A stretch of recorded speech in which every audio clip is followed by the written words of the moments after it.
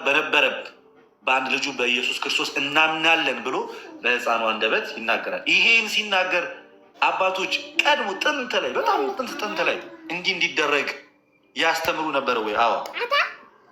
ሂፖላቴስ የሚባለው እንዲህ ብሎ ያስተምራል። አፖስቶሊክ ትራዲሽን ላይ ባፕታይዝ ፈርስት ቺልድረን ይላል። መጀመሪያ ህጻናት ናት እኮ ኢፍ ዴይ ካን ስፒክ ፎር ዜም ሰልፍ ሌት ዴም ዱ። ለራሳቸው መናገር የሚችሉ ከሆነ ይናገሩ። አዘርዋይዝ ሌት ዴር ፓረንት ኦር አዘር ሪሌቲቭ ስፒክ ፎር ዜም። ሲጠመቁ ራሳቸው መናገር የሚችሉ ከሆነ ታስግድ። ራሳቸው መናገር የሚችሉ ከሆነ ሌት ዴር ፓረንት ስፒክ ፎር ዜም። ቤተሰቦቻቸው ይናገሩላቸው። ቤተሰቦቻቸው መናገር ካልቻሉ ለእነሱ ቅርብ የሆነ ምን ይበል ኮንፌሽኑን መስክረው ህፃናትን ማስጠመቅ እንችላለን ብሎ ሲናገር እንመለከት። ሌትሊ ከዛሬ 500 ዓመት ወይም ከዛሬ 100 ዓመት በፊት የመጣው ፔኔኮስታል ህፃናትን ማጥመቅ አይችልም ሲል በምን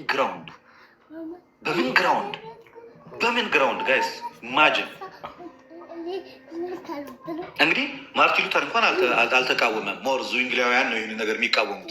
ማርቲን ሉተር እንኳን ህፃናት ኢንፋንት ባፕቲዝምን እንኳን ሳይቃወም በቅርብ የመጡ ፔንቴኮስታሎች ምን ይላሉ ማለት ነው? ህፃናት መጠመቅ የለባቸው። ባይብሊካሊ ፕሩፍ ቢሆንም በቤተክርስቲያን አባቶች የታመነን ትምህርት ነው ይህን ነገር እንትን የሚሉት እና ወደ ቤተክርስቲያን አባቶች የገባሁት ከህፃናት ጥምቀትም አንጻር የሚናገሩት ነገር ስላለ እሱን ለመናገር ነው እንጂ አው ከቤተክርስቲያን አባቶች አንጻር ብዙ ወንድሞች ሊናገሩ ይችላሉ። ግን አንድ የመጨረሻ ብቻ ነገር ልናገርና ላቁም። አንድ የመጨረሻ አባት ብቻ ጄሮም ልናገርና ላቁም። ጄሮም አጌነስ ፕላጂያንስ ቡክ 3 ፓራግራፍ 19 ላይ እንደዚህ ብሎ ይናገራል። ዋን ቲንግ አይ ዊል ሴይ እንደሶ ኢንድ ማይ ዲስኮርስ አለ። አንድ ነገር ናገርና ትምህርቴን አቆማለሁ ጨርሳለሁ። ያ ዛት ዩ ሜይ ኢዘር ቱ ጊቭ አስ ኤ ኒው ክሪድ so that after baptizing children into the name of the Father and the Son and the Holy Spirit, you may baptize them into the kingdom of heaven. If you have one baptism both for the infants and for the person of mature age, it's follow the infants also should be baptized for the remission of sin or for the likeness of the transgression of Adam. ህፃናትን ለምታጠምቁ አዋቂዎችን ስታጠምቋቸው ህፃናትን በአብ ወልድ መንፈስ ቅዱስ ማጥመቋቸው። ሁለቱንም ስታጠምቁ ህፃናትንም ሆነ አዋቂዎችን ስታጠምቁ በተለይ ህፃናት ይጠመቁ ስንል የሚጠመቁት በአዳም ምክንያት ከመጣው ውድቀት ነፃ እንዲሆኑ ነው ብሎ ጄሮ አጌነስ ፕላጂያንስ ቡክ 3 ፓራግራፍ 90 ላይ ያስቀምጣል። ስለዚህ ይህንን ያነሳሁት መጽሐፍ ቅዱስም የቤተክርስቲያን አባቶችም የህፃናትን ጥምቀት ምን ያደርጉታል ነው ይደግፉታል። ስለዚህ በዚህ ልክ የተዋቀረ ነው።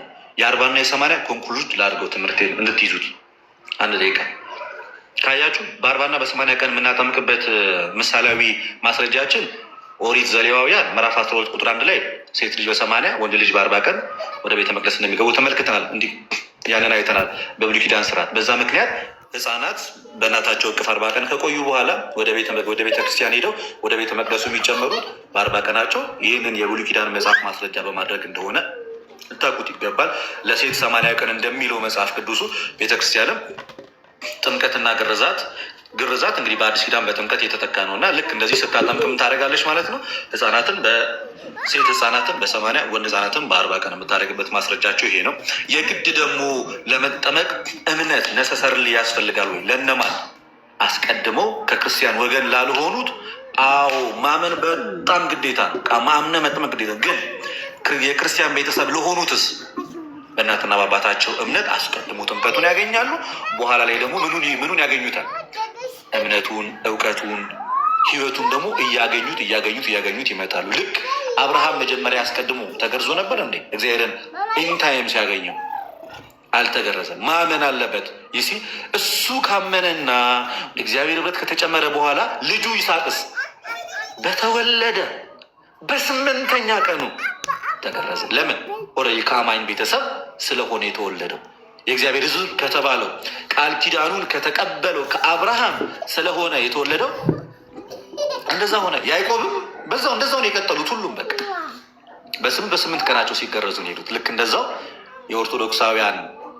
የኦርቶዶክሳውያን ልጆች በ40 እና በ80 ቀን ገና በሕፃንነታቸው ጥምቀቱን ቢወስዱ መጽሐፍ ቅዱስ ይደግፋቸዋል፣ ቤተክርስቲያን ትምህርት ይደግፋቸዋል።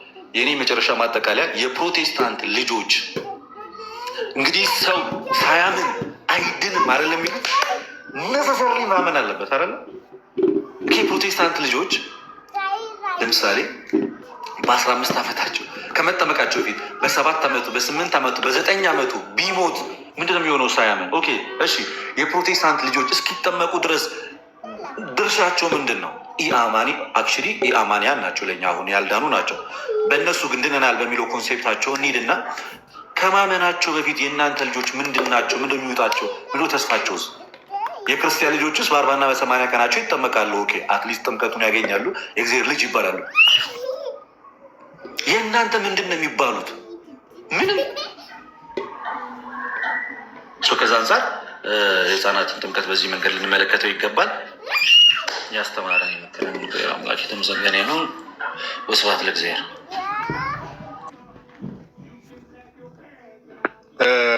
ቃልት ያሰማልን። እግዚአብሔር ያክብርልን።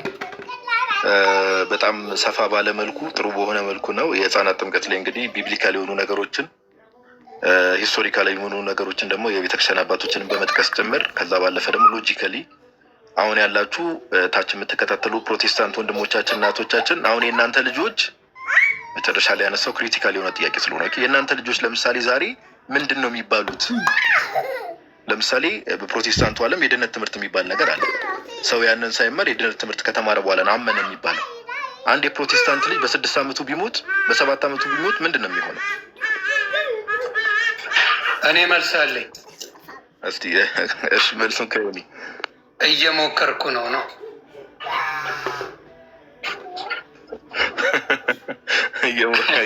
ጥቅሶችን ይዛችኋል አይደል? አዎ በደንብ ይዣል። መልሱ ጥያቄ ያልኩህ ነው። ጥቅሱ ላንብበው። አዎ በደንብ የምፈልገውም እሱን ነበር እና ዘሌዋውያን ምዕራፍ 12 ከቁጥር 1 ጀምሮ፣ ዘፍጥረት 17 ከ9 ጀምሮ እንዲሁም ዘፍጥረት 17 24 ላይ አለ። እንዲሁም ዘፍጥረት ምዕራፍ 21 ከቁጥር 4 ጀምሮ አለ። ሉቃስ 18 16 አለ። የሐዋርያት ሥራ ምዕራፍ 2 ያው ቁጥር 39 ላይ አለ። የተስፋው ቃል በሚለው ማለት ነው። የሐዋርያት ሥራ ምዕራፍ 16 ከቁጥር 14 ጀምሮ አለ። ያቺ ደግሞ ሊዲያ ናት። ሊዲያ ቤተሰቦቿን አብራ እንዳስጠመቀች ነው። አንደኛ ቆሮንቶስ ምዕራፍ 10 ቁጥር 1 አለ። ገላትያ 3:27 አለ። እኔ በደንብ ነው ስማር ጎበዝ ተማሪ ነኝ። ዮሐንስ ወንጌልን 3:5 ያዘው። ዮሐንስ ወንጌል 3:5 እሺ 3:5 ያ ኖት ስትይዙ አይምሯችሁ ከፈት ይላል። ለሌሎቻችሁም ወንድምናቶች የታች ካላችሁ ኖት ስትይዙ ሁልጊዜ ያንን ተመልሳችሁ ስታነቡት ክሊር ይሆናል እና ለዛ ነው ኖት የሚያስፈልገው። ተባረኩልኝ። እሺ ሆኒ እናመሰግናለን። ዛሬ ያው ሰፋ ያለ ሀሳብ እየተነሳ ስለሆነ ይሄ ጥምቀት በአባቶች ትምህርት የሚለውን ወይ ወደ ሌላ ቀን እናዘዋውረዋለን። ፕሮግራሙ በጣም ከመጠን በላይ እንዳይረዝም ወደ ኦልሞስት ሚድናይት ሊሆን ነው እዚህ ያ ወደዛ እናሸጋግረዋለን። አሁን ምን እናደርጋለን? ወንድማችን ዲያቆን መኳንንት ስፔሻሊ ከፕሮቴስታንቱ ዲኖሚኔሽን አንጻር ያሉ ነገሮችን የተወሰነ ነገር ያነሳና ኮመንት ላይ ብዙ ፕሮቴስታንቶች ጥያቄም እያቀረቡ ስለነበረ ገስት ላይ ላሉ ሰዎች ለእያንዳንዳቸው አንድ ጥያቄ ጠይቃቸዋለሁ። ለምሳሌ አሁን ሁሌ የሚጠየቁ ጥያቄዎች በተለምዶ መልስ ያላገኙ ሰዎች በቀኝ በኩል ያለውን በዴ እንዴት ዳነ፣ እንደዚህ አይነት ጥያቄዎች አሉና እንደዚህ አይነት ጥያቄዎችን ደግሞ ገስት ላይ ላሉ ወንድሞችና አባቶች አቀርባለሁ። ስለዚህ አሁን ቀጣይ ወደ መኩ እንሂድና መኩ ጥምቀት ኢንክሉዲንግ ይቅርታ ጋዲ በጣም ይቅርታ እንደ ሀሳብ ጴንጤ ወንድምናቶቼ የህፃናት ጥምቀትን ኦርቶዶክስን ከመጠየቅ ይልቅ እዛው ጎረቤት ሀገር ኡጋንዳ መሰረተ ክርስቶስ አለች እና መሰረተ ክርስቶስን መጠየቅ አይሻልም? ኦርቶዶክስ ጋር ከመምጣት ይልቅ ቀለል አድርጋችሁ፣ እውነቴን ነው የምናገረው፣ መሰረተ ክርስቶስ ሄዳችሁ መሰረተ ክርስቶስን ለምንድን ነው በህፃናት የምታጠምቁት ብላችሁ እነሱን መጠየቅ ቀላል እኮ ነው። በኦርቶዶክስ ጋር መምጣት አይገባችሁም። እንዲሁም ሉተራውያን ወንድሞቻችሁን እነሱን መጠየቅ የህፃናት ጥምቀትን በደንብ አድርገው ይቀበላሉ። ሁለቱም የእናንተው ጎረቤት ሀገሮች ናቸው እና መካነ ኢየሱስ ይቅርታ፣ መሰረተ ክርስቶስ አልኩኝ።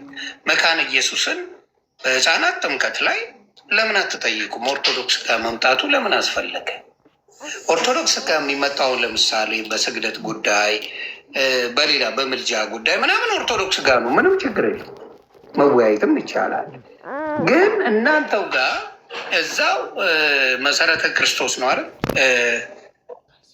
እዛ ሄዳችሁ መጠየቅ መካነ ኢየሱስ ይቅርታ፣ መካነ ኢየሱስ እና መሰረተ ክርስቶስ ይመሳሰሉብኛልና መካነ ኢየሱስ ሄዳችሁ መጠየቅ ስትችሉ፣ እንዲሁም ሉተራውያን ጋር አንዳንዴ አንድነን አንዳንዴ ደግሞ ደብሮናል አይነት ስለሆነ እነሱን መጠየቅ እየቻላችሁ በዚህ ጉዳይ ኦርቶዶክስ ጋር መምጣቱ ጊዜ ጉንጭ ማልፋት። እናንተ ቤት ሁላ መልስ አለ። እናንተ ቤት መልስ አለ። ኦርቶዶክስ ጋር መጥቶ መቀለድ ጆክ ማድረጉ ምንም ችግር የለም። የመካነ ኢየሱስ ሰው አስገባላችሁ እና እናወራለን። አለቀ። ስለዚህ ማላገጡ ምን ማለቱ ትርጉም ስለሌለው ማለት ነው። ከኦርቶዶክስ ጋር መነጋገር የሚያስፈልገው በምልጃ ጉዳይ አለቀ። ከምልጃ ውጭ ምንም የምትሉትና በስግደት ጉዳይ የስግደቱን ደግሞ ትላንት መቼ ለታ በምታዩት ሁኔታ አልገባም ብለው ከዚህ በኋላ የወዲ ማኛ ቤት ድርሽ አንልም የሚሉበት ቀጠሮ ይዘው ከዛ በኋላ አንገባም ያሉበት፣ እንዲሁም ሌላ ቦታ ላይ በፍራቻ እስካሁን ያሉበት ጉዳይ ነው። ስለዚህ በምታዩት መልኩ መልስ አለ። ይኸው እዚህ የተደረደረልህ የኦርቶዶክስ ባለ ድሮን ነው ያለው። መልስ ያለው ወንድሞች ነው ያሉት። ስለዚህ አሁንም የምላችሁ ስለ ጥምቀት፣ ስለ ህፃናት ጥምቀት ስትፈልጉ ፕሮቴስታንት መካነ ኢየሱስን ጠይቁ፣ እንዲሁም ሉተራውያንን ጠይቁ ለማለት ነው። ሌላው ጋር ጓገጩ አያስፈልግም። ኦርቶዶክስ ጋር መጥቶ ኮመንት መጻፉ ምንም ጥቅምም ስለሌለው ራሳችሁ ቤት ጠይቁ ለማለት ፈልጌ ነው። ተባረኩልኝ። ታፕታፕ ኮፒ ሊንክ እያደረጋችሁ ትምህርቱን በ30 ደቂቃ ውስጥ እንጨርሰዋለን ብዬ አስባለሁ። እግዚአብሔር ያክብርልኝ። ኦፍኮርስ አይ ትምህርቱ ከዚህ በኋላ 30 ደቂቃም አይፈጅም። በእርግጠኝነት አንድ ቶፒክ ነው የሚቀረን። ከዛ ገስት ላይ ላሉ ወንድሞችና አባቶች ጥያቄ ነው የማቀርብላቸው። ከዛ ጥያቄ ወሬ ሲደረግና እንጨርሳለን። ትምህርት እንደ ትምህርትነቱ 30 ደቂቃ ሙሉ አይፈጅም። አኪ የሆነ ነገር ጽፈልኝ ነበር፣ 2 ደቂቃ ፈልጋለሁ ብላኝ ነበር መኩ ከመጀመሩ በፊት አልተሳሳትኩም።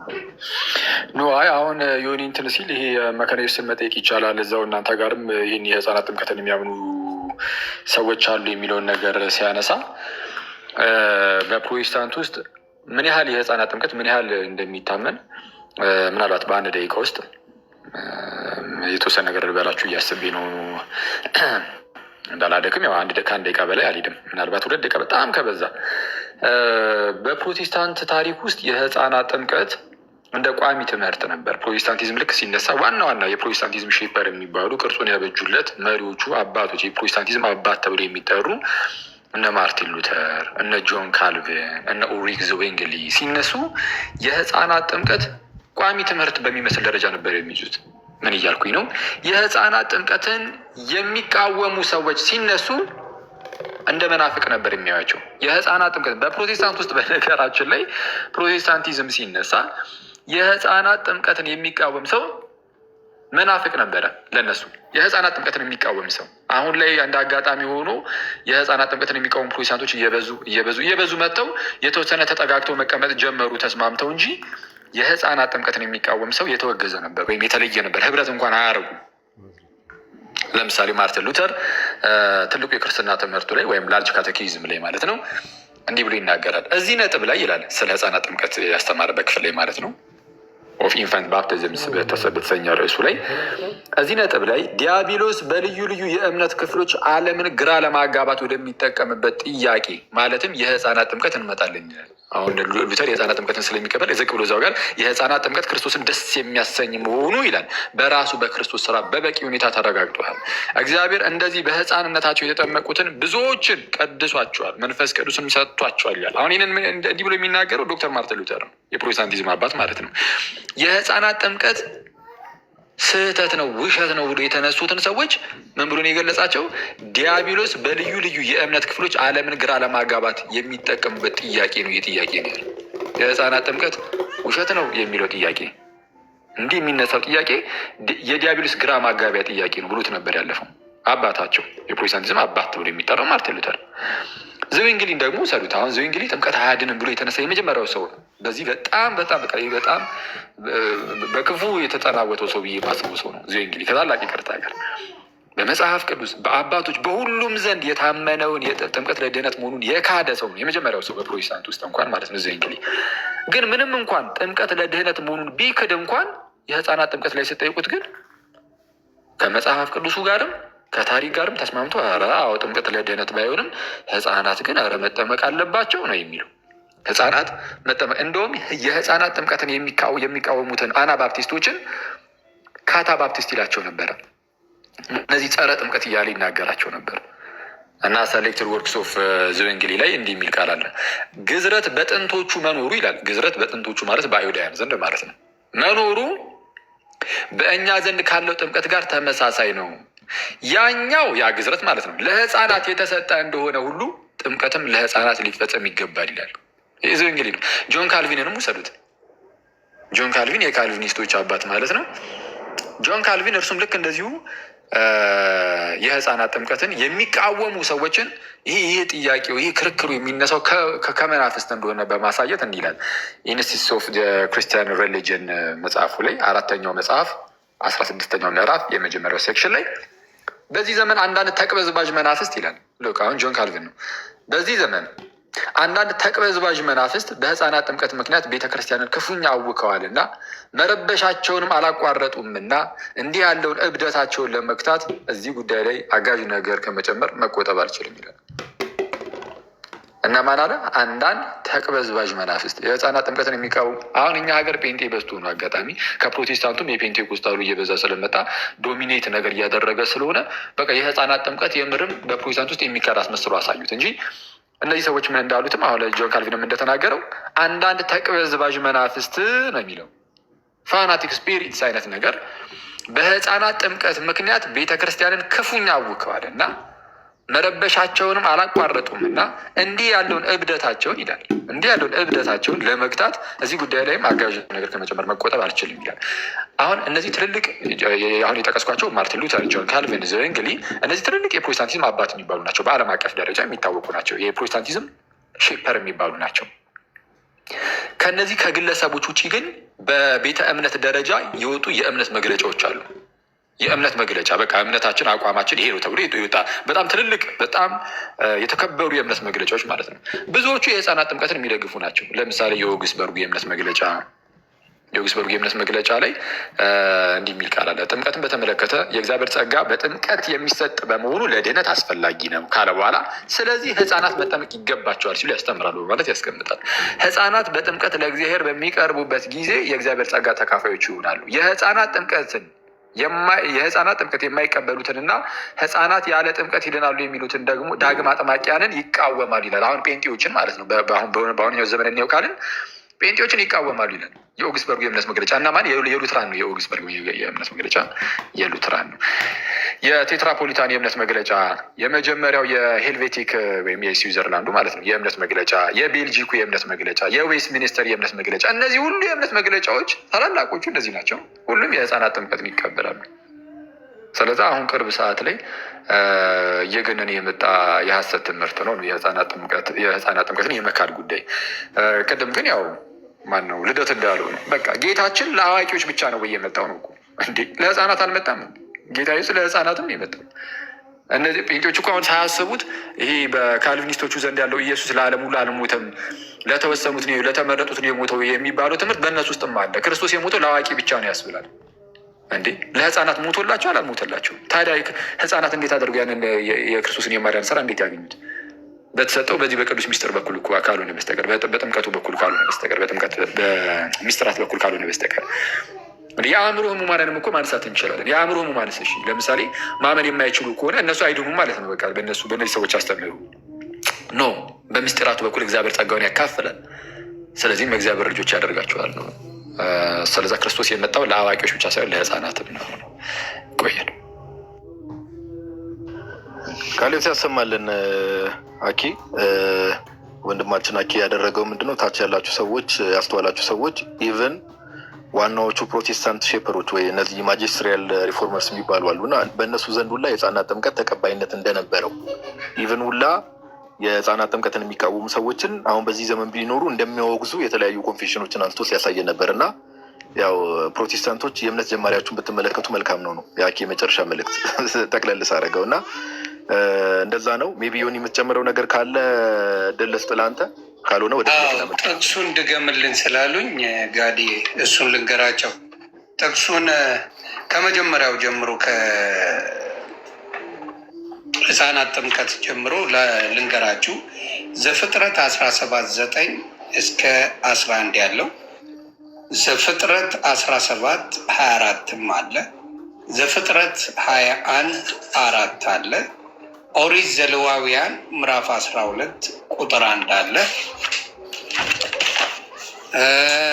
ሉቃስ 18:16፣ የሐዋርያት ሥራ ምዕራፍ 2 ቁጥር 39፣ ሐዋርያት ሥራ ምዕራፍ 16 ቁጥር 14 እስከ 15፣ አንደኛ ቆሮንቶስ ምዕራፍ 10 ከቁጥር 1 ጀምሮ፣ ገላትያ 3:27፣ ዮሐንስ 3:5 እነዚህ ናቸው ጥቅሶቹ። ቤተሰብ ተባረኩልኝ።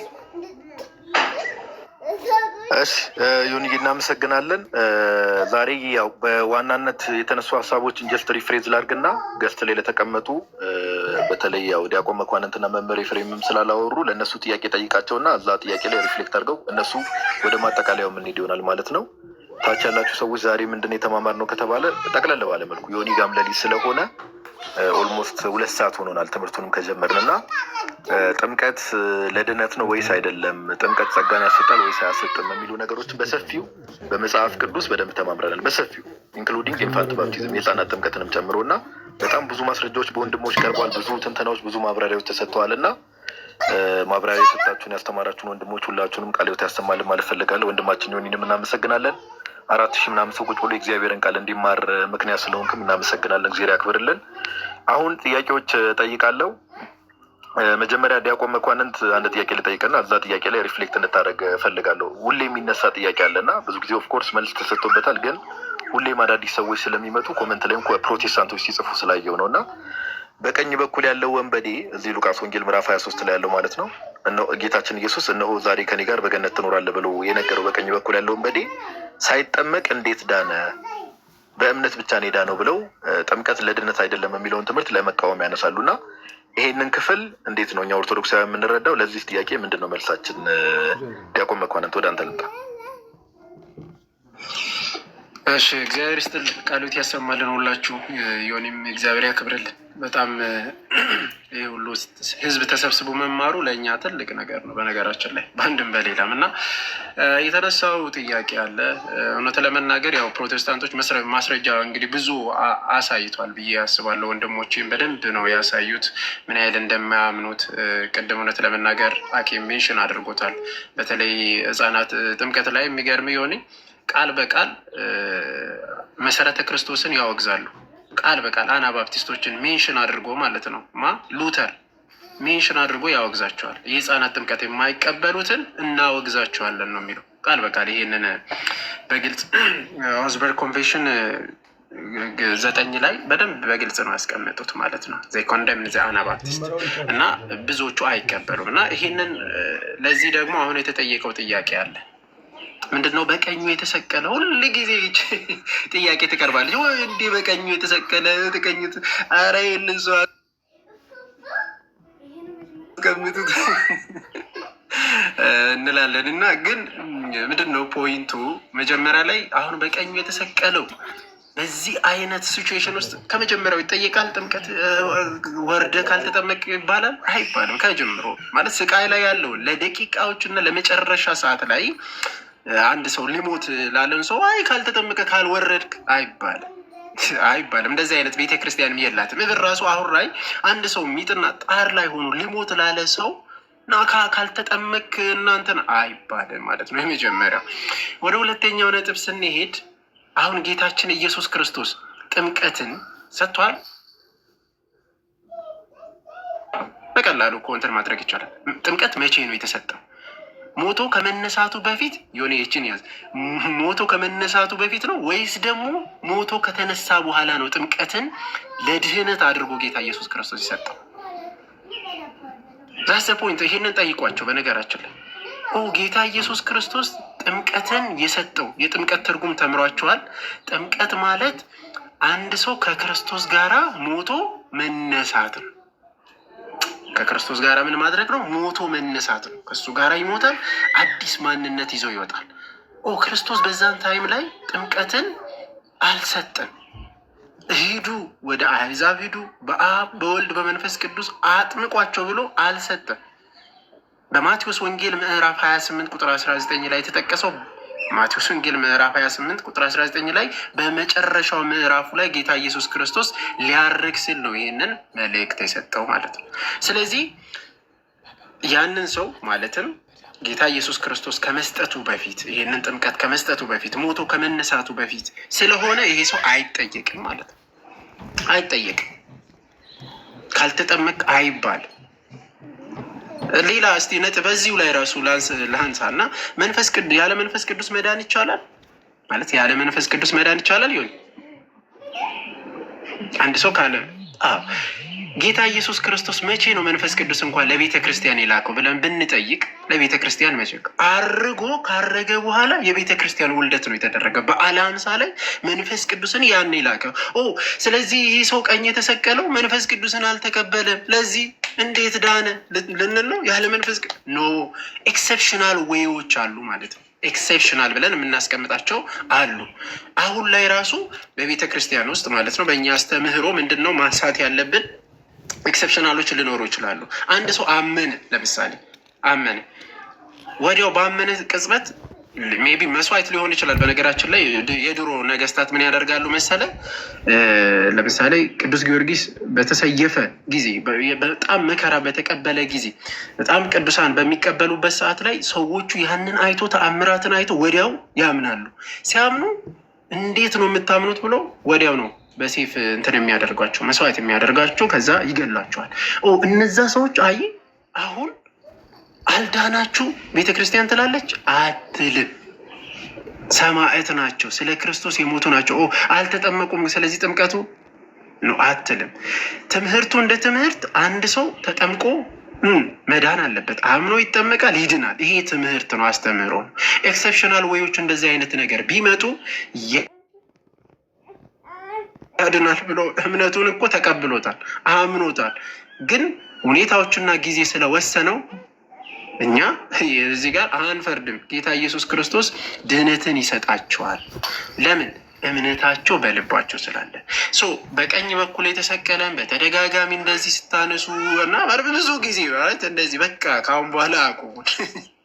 እንደዚህ አይጠየቅም። ያ የተሰቀለው በቀኙ የተሰቀለው በዛ አይነት ሲቹዌሽን ላይ ባለው ሰዓት ላይ፣ ሁለተኛው ደግሞ ጌታ ኢየሱስ ክርስቶስን ጥምቀትን ባልሰጠበት ሰዓት ላይ ባልሰጠበት ላይ መንፈስ ቅዱስ ባልወረደበት ሰዓት ላይ አይጠየቅም ማለት ነው።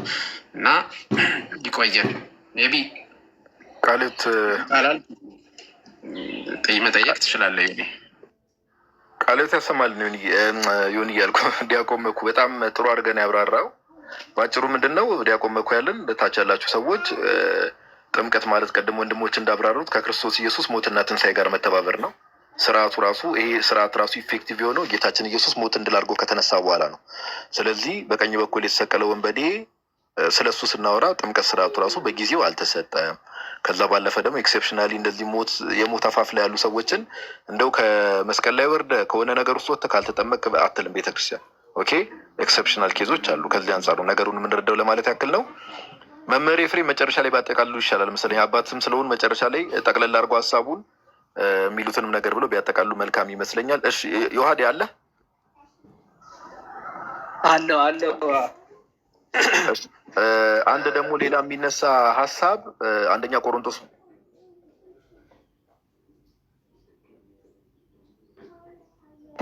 ይቅርታ ስልክ ገብቶብኝ ነበር። ይሰማል ተመልቻለሁ መሰለኝ።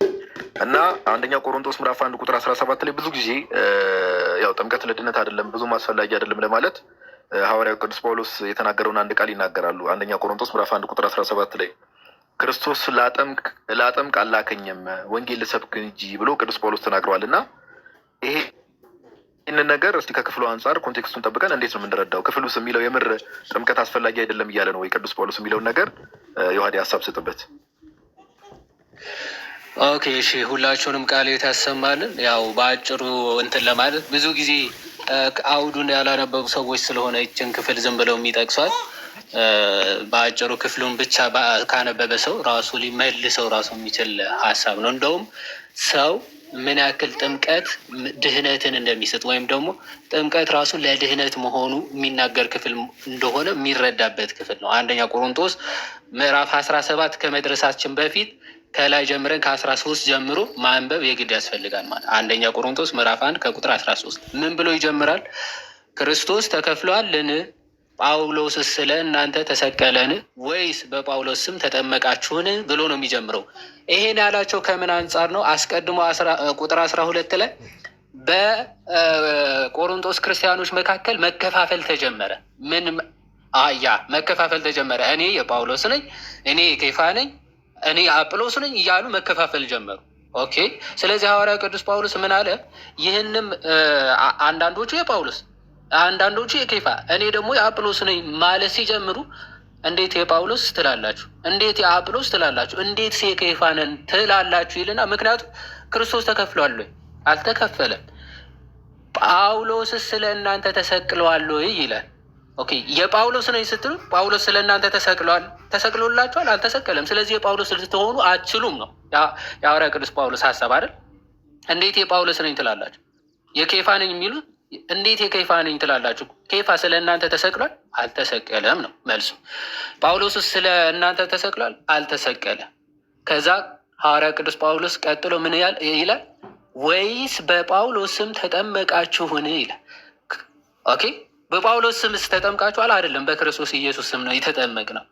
ለምን? የክርስቶስ ልንሆን በክርስቶስ ስም ወይም ደግሞ በክርስቶስ የምንጠመቀው ጥምቀት የክርስቶስ የሚያደርገን ነው። ስለዚህ በክርስቶስ ስም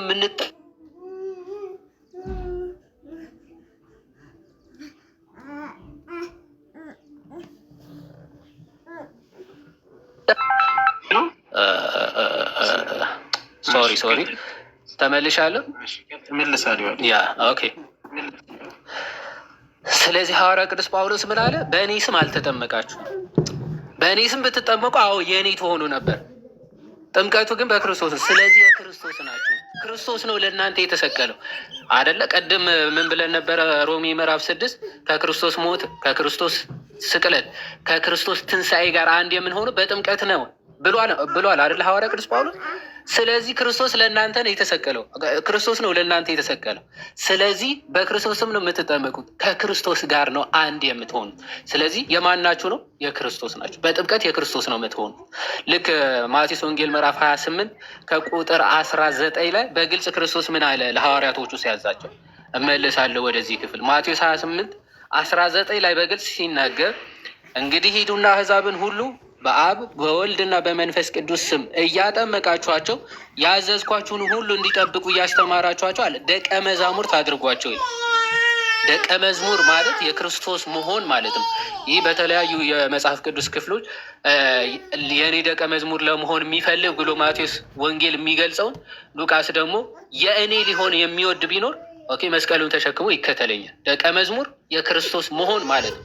ስለዚህ በምን እያጠመቃችሁ ደቀ መዛሙርት ያድርጓቸው እንዳለ በእኔ ስም ወይም በጳውሎስ ስም ተጠመቃችሁን ብሎ ሲናገር የተጠመቃችሁት በእኔ እስካልሆነ ድረስ እኔ ለእናንተ እስካልተሰቀልኩኝ ድረስ የእኔ ልትሆኑ አትችሉም ብሎ ሐዋርያ ቅዱስ ጳውሎስ ተናገረና ዝቅ ብሎ ምን አለ?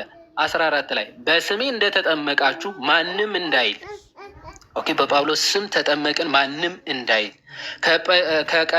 ከቀርስጶስ እና ከጋይዮስ በቀር ከእናንተ አንድ እንኳን ስላላጠመቁ እግዚአብሔርን አመሰግናለሁ። አሁን በጣም ብዙ ሰው አሁን እኮ ባይዞ ባጠመቋቸው ሰዎች ምክንያት እኮ አሁን ጳውሎስ አጠመቃ ኬፋ ሲያጠምቃቸው ያጠመቀን እሱ ነው ስለዚህ እሱ ነን የሚል ሀሳብ ይዘው ነው እንደዛ የተከፋፈሉ። ስለዚህ ሐዋርያ ቅዱስ ጳውሎስ ምን አለ?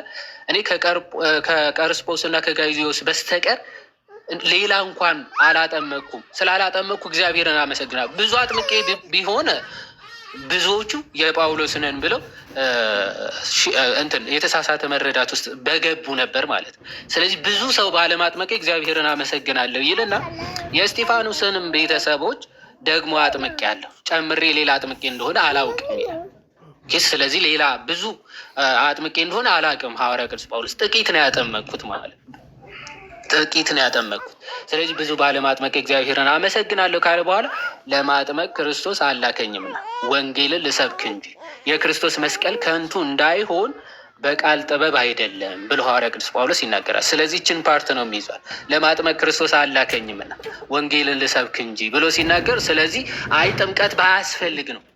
ጥምቀት መሰረታዊ ባይሆን ነው። ሐዋርያ ቅዱስ ጳውሎስ እኮ ከላይ የክርስቶስ ናችሁ፣ በክርስቶስ ስም ነው የተጠመቃችሁት፣ በእኔ ስም አይደለም፣ ከክርስቶስ ጋር አንድ ለመሆን ነው የተጠመቃችሁት ብሎ ከተናገረ በኋላ ብዙዎች አለማጥመቄ ኦኬ ምን አድርጎኝ እግዚአብሔርን አመሰግናለሁ። ምክንያቱም ብዙዎቹ እኔ አጥምቄያቸው ቢሆን የጳውሎስ ነን እያሉ በተናገሩ ነበረ። ብዙ ባለማጥመቄ ግን እግዚአብሔርን አመሰግናለሁ። የእኔ ዋና ዓላማ ወይም ደግሞ የተላኩበት ዋና ዓላማ ምንድን ነው? ወንጌልን እንድሰብክ ነው። ባይዘዌ ትልቁ ዓላማ ሰውን ማሳመን ነው። ከዛ በኋላ ማጥመቅ ባይዘዌ ክህነት ነው የሚያስፈልገው፣ ወይም ደግሞ ካህናት የሆኑ ከእሱ ስር ያሉ ያጠምቃሉ። ኦኬ የክህነት ስልጣን ካለው ያጠምቃል። ሰው ግን ማሳመን ትልቁ ኃላፊነት ነው። ለዛ ነው ሐዋርያ ቅዱስ ጳውሎስ ክርስቶስ ላጠምቅ አላከኝም ወንጌልን ልሰብክ ሲል ለማሳመን ያለውን ኃላፊነት ታላቁን ኃላፊነት እኔ አገለግላለሁ። ካሳመነ በኋላ ሐዋርያ ቅዱስ ጳውሎስ እንዲያጠምቁ ለካህናት ሰጥቶ ነበር የሚሄደው። ከዛ አንጻር የተነገረ እንጂ በጭራሽ ጥምቀት ለድህነት አያስፈልግም ሊል አይችልም። ምክንያቱ ሐዋርያ ቅዱስ ጳውሎስ ራሱ የዳነው በጥምቀት ስለሆነ ራሱ የዳነበትን ጥምቀት ለድህነት አይደለም ሊል ይችላል። ራሱ የዳነው እኮ በጥምቀት ነው። ሐዋርያት ሥራ ምዕራፍ 22 ከቁጥር 16 እችን ብቻ ተናግሬ ሰዓት ለመቆጠብ ወደ ሌሎች ወንድሞች እንሄዳለን። ሐዋርያት ሥራ ምዕራፍ 22 ከቁጥር 8 ጀምሮ ክርስቶስ እንግዲህ ሐዋርያ ቅዱስ ጳውሎስን የጠራው ያገኘው ክርስቶስ ራሱ ነው። ኦኬ ምን ላድርግ ብሎ ክርስቶስን የጠየቀው ሐዋርያ ቅዱስ ጳውሎስ ቀጥታ በክርስቶስ ያመነ በክርስቶስ ትምህርት የተገለጠለት ታላቅ አባት ነው።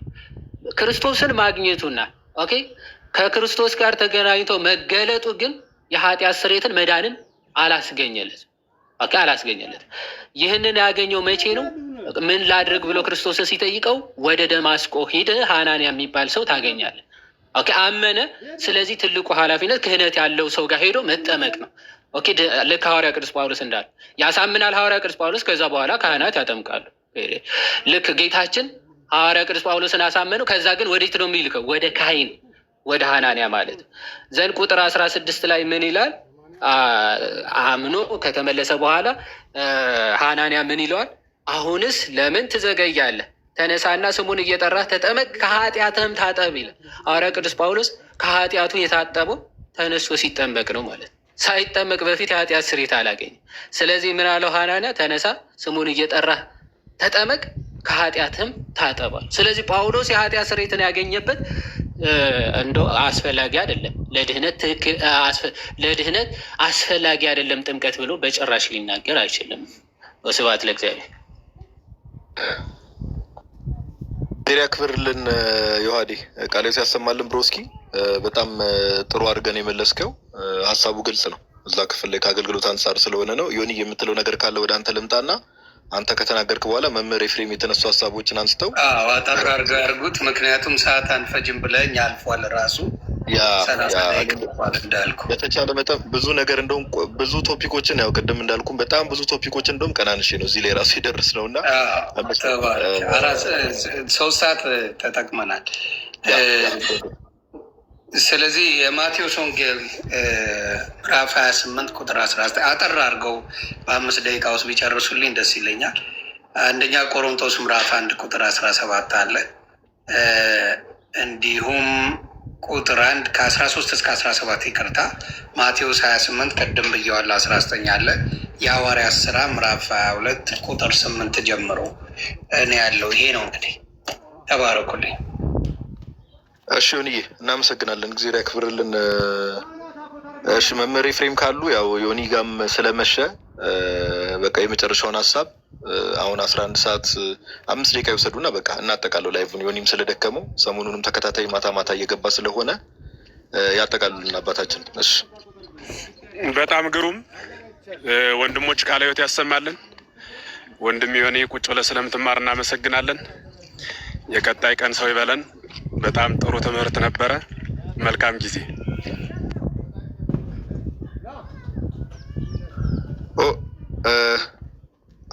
አልሰሙኝ መምህር ሜቢ ቢያጠቃሉ 1-5 ደቂቃ ወስዶ ነበር። ዮኒም እንደዛ ነበር ያለው መምህር ኤፍሬም። አይ ሰዓቱም ስለሄደ ትምህርቱም ተገልጿል። ነገ ሀሳብ ሰጣል። በዛሬው ይበቃል ሰዓት።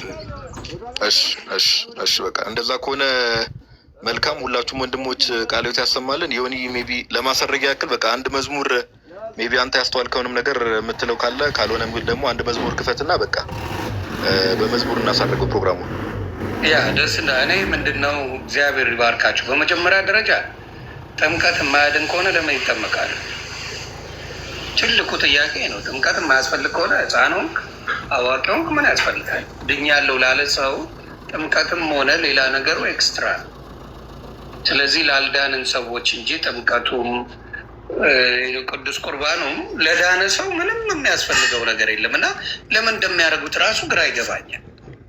ትርፍ ነገር ነው። እነሱ እንደ ትርፍ ነገር የሚታይ አድርገው ነበር እና ከመዳን ጋር የተያያዘ በመሆኑ ትላንትም ዛሬም በደንብ አድርጌ እያዳመጥኩኝ እየተማርኩ ነበር እና ካያችሁ እኔ ካለሁበት ላይ እዛ ቁጭ በምልበት ሰዓት የፈረደበት ድርሳንና ገድል ይነበባል። ቁጭ ብለን እዛ እየተሳሳቅን ስለ እሱ አውርተን ነው የምንሄደው እንጂ ወንጌልን ቁጭ አድርጎ መማርን የትም ቤት ብትሄዱ አታመጡ።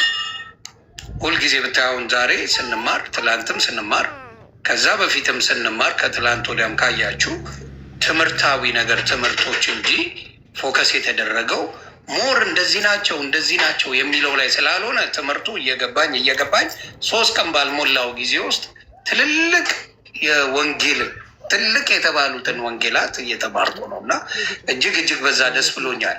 እንዳልኳችሁ እዛ በነበረው አሁንም ሄዳችሁ ማየት ትችላላችሁ። ወንጌል ሳይሆን ድርሳንና ገድል የሆነ ይጠቀሳል። ከሱ ይሳሳቃሉ። ሲሰዳደብ ሲሾፍ ቪዲዮ ሲታይ ይዋላል። ወንጌል የሚባል የለም። አለቀ። ይሄን ያለው። ስለዚህ እሱን ነው። እግዚአብሔር ይባርካችሁ። በማስረጃ አርጋችሁ በመጽሐፍ ቅዱስ አርጋችሁ ስላደርጋችሁልኝ እግዚአብሔር በጣም አመሰግናለሁ። ነገና ከነገ ወዲያ አርፈን መልሰን ብንገናኝ ጥሩ ነው ብዬ አስባለሁ። ለእናንተም ለእኔም ጊዜ እንትን ስለሚል ወደ መዝሙር ልሄድና እናንተ የፈቀዳችሁትን መዝሙር አድርጌ ዮኒ አቤት። ነገ ከሌለስ በዚያው 1 ደቂቃ የሚሆን አንድ ጥቆማ ልስጥና ፈያታዊ ዘይማንን በተመለከተ ቅድም መኩ በደንብ ብሎታል። በእርግጥ በዋናነት ግን ለዘመናት በፕሮቴስታንቱ ዓለም የሚነሳ ጥያቄ ስለሆነ አንድ መረጃ መጨመር ፈልጌ ነው። በዘመነ ሐዲስ በሕይወተ ሥጋ ላለ ነው ጌታ ጥምቀትን ሲሰጥ፣ በዘመነ ብሉይ ስጋቸው በመቃብር ነፍሳቸው በሲኦል ሊኖሩ ለነበሩት ሰዎች በየትኛው ጥምቀት ነው ወደ ገነት የመለሳቸው? ይሄ ጥያቄ ለፕሮቴስታንት ምክንያቱም ከክርስቶስ ጋር መተባበር ያልቻለ ከክርስቶስ ጋር አይኖርም። ከክርስቶስ ጋር ለመኖር ከክርስቶስ ጋር በጥምቀት መተባበር ደግሞ ግድ ከሆነ በዘመነ ብሉይ የነበሩት ሰዎች በየትኛው ጥምቀት ነው ክርስቶስ ጋር ህብረት ያደረጉት ነው? ለዚህ መልስ ያላት የእኛ ቤተ ክርስቲያን ብቻ ናት። የማነ እድየ መጠውክዎሙ ወኮነቶሙ ጥምቀተ፣ ቀኝ እጄን አሳየዋቸው እሷም ጥምቀት ሆነቻቸው ብላ የእኛ ቤተ ክርስቲያን ታስተምራለች። እያልሁ ያለሁት ፈያታዊ ዘይማን በዘመነ ብሉይ እንደነበሩት አበው ቅጽበታዊ ድህነት ተፈጽሞለት መንግስተ ሰማያት ገባ ስለተባለ እኛም እንደዚያ ነው መግባት ያለብን ወይም ገነት ምንገባው እሱ በሄደበት ጎዳና ነው ብሎ መናገር እንደ ፈያታዊ ዘይማን መዳን የሚፈልግ ሰው ፈያታዊ ዘይማን ምንድነው? አንድ አባት እንዲያው አንድ ነገር ገርሞኝ ነው። በአህያ ተጭኖ የሆሳዕና ቀን ጌታ ዛሬ በአህያ ተጭኖ የገባበት ቀን ነው ወደ ኢየሩሳሌም ብሎ በአህያ ተጭኖ አንድ ወጣት አሳያቸው። አንተ ምንድነው ሲሉት የክርስቶስ ምሳሌ ሆኜ ይኸው በአህያ ተጭኜ እየመጣሁ ነው አላቸውና በጣም ጥሩ እስኪ ደግሞ ዓርብ ዕለት ተሰቅለህ አሳየን አሉት እና ያን ቀን ያው ለመሰቀል ፈቃደኛ አይሆንም ማለት ነው። ለምን እንዲህ እንዳነሳሁላችሁ ገብቷችኋል? ፈያታዊ ዘይማን ድህነቱን ለመካፈል የሚጥር ሰው እንደሱ እስኪ በመስቀል ይሁንና ቅጽበታዊ ድህነት ያገኛል። መስቀል ላይ ሆኖ ይሰቀልና እኔ ፈያታዊ ዘይማን ነኝ ብሎ ማለት ድህነቱን ብቻ እየፈለጉ ስቅለቱን መጥላት ስለማይቻል ማለት ነው። ሁለቱን አብሮ እሱም ማስኬድ ነው ማለት ነው። በአጭሩ ግን ምን ማለት ፈልጌ ነው? ለአንድ ሰው የሚደረግ ታምራዊ የሆነ ቅጽበታዊ የሆነ ድህነት ለሁላችንም ሊደረግልን ይገባል ብሎ መመኘት። ለምሳሌ የበለዓም አህያ አፍ አውጥታ ተናገረች ይላል አይደል? አሁን የበለዓም አህያ አፍ አውጥታ ተናገረች ማለት ሌሎች አህያ በጠቅላላ ያወራሉ ማለት ነው። የቃነው ውሃ ወይን ሆነ ሲባል የእኛ ሰፈር ውሃ ቧንቧ ወይን አልሆነ ውሃውም አልመጣ ብሎ ተቸግረናል። እና አንዴ ለአንዱ የሚደረገው ለሁለው መሆን አለበት ብሎ መናገር ይሄ በቁም ማበድ ነው። እና የሙሴ በትር እባብ ሆናለች። የእኛ ሰፈር ዱላ ዘላለሙን ዱላ ነው። ሌላም ብዙ ማንሳት እንችላለን። አንዴ ለአንዱ የሚደረገው ይሄ ሁሉ ለእኔ ሊደረግልኝ ይገባል አይባልም። እኛ መሰረታዊ መዳኛ መስመር ተሰጥቶናል። ቅጽበታዊ መዳኑት ሳይሆን መሰረታዊ መዳኛ መስመር ተሰጥቷል። ያህንን ይዞ መሄድ የክርስትና ሕይወት ነው ለማለት ነው። አመሰግናለሁ። ይችን ልጨምር ብዬ ነው ከተነገረው ላይ።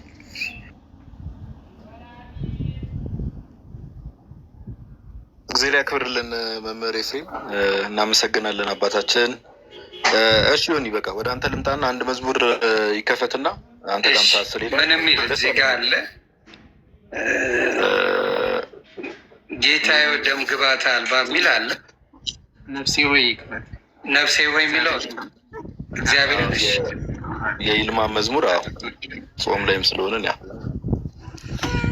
ተባርከንበታልም በትምህርቱ እግዚአብሔርን ባርኪ ነው አይደል?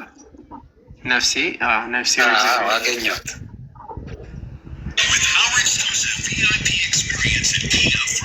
We'll make sure that every step of your car bike process